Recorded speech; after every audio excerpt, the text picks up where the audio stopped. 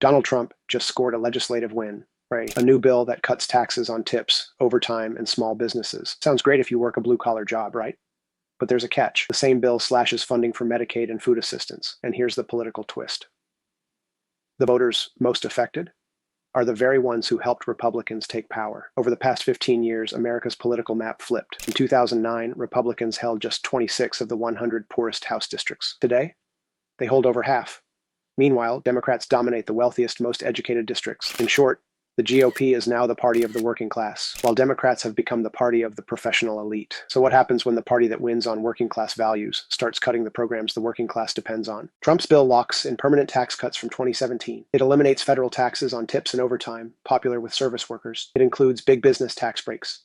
But to keep deficits in check, it proposes deep cuts to Medicaid and SNAP, two programs heavily used by lower-income Americans. To Republicans, it's about promoting work.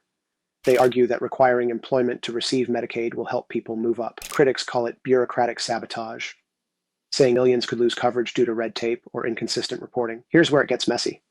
Of the GOP's most competitive districts in the 2026 midterms, many are in areas most reliant on Medicaid, and 13 of the Democrats' most vulnerable seats are too.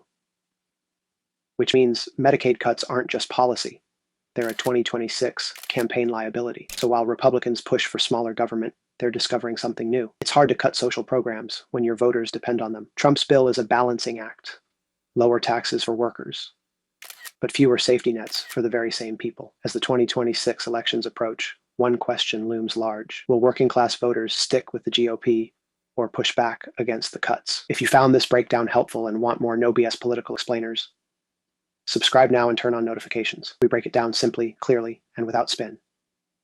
Stay informed, not influenced.